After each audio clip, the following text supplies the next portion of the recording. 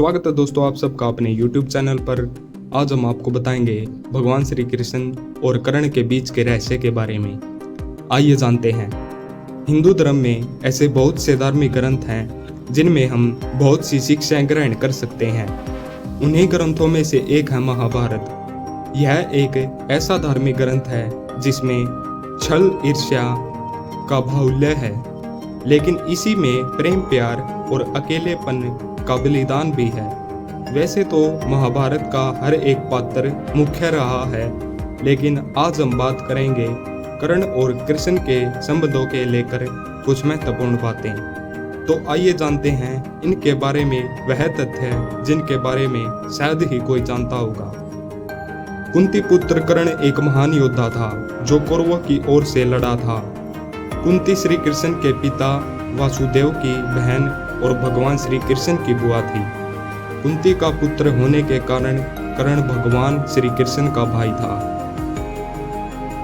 श्री कृष्ण के कारण ही कर्ण को अपने कवच और कुंडल इंद्र को दान देने पड़े थे।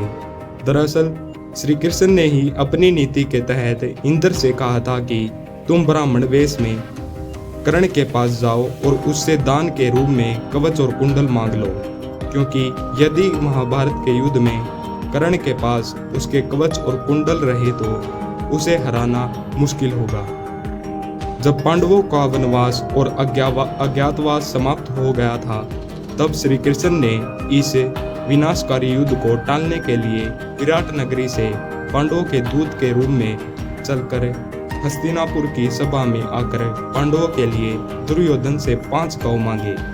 लेकिन जब दुर्योधन ने यह कह दिया कि बिना युद्ध के तो सुई की नोक के बराबर भी भूमि नहीं दी जाएगी। कहते हैं कि उस समय हस्तिनापुर से बाहर बहुत दूर तक छोड़ने के लिए श्री कृष्ण के साथ कर्ण आया था। उस एकांत में श्री कृष्ण ने कर्ण को बता दिया था कि वह कुंती का ज्येष्ठ पुत्र है। यह सुनकर कर्ण के पैरों के नीचे से जमीन खिसक गई थी।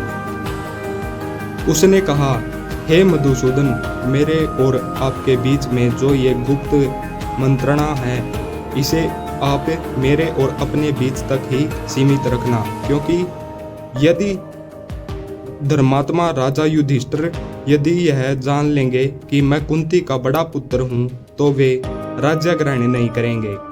कर्ण ने आगे कहा था कि अवस्था में मैं उस समुद्धनशाली विशाल राज्य को पाकर भी दुर्योधन को ही सौंप दूंगा। मेरी भी यही कामना है कि भूमंडल के शासक युधिष्ठिर ही बने।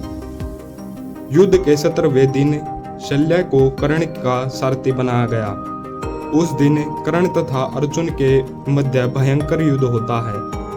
युद्ध के दौरान श्री कृष्ण अपने रथ को उस ओर ले जाते हैं जहां पास में ही दलदल होता है।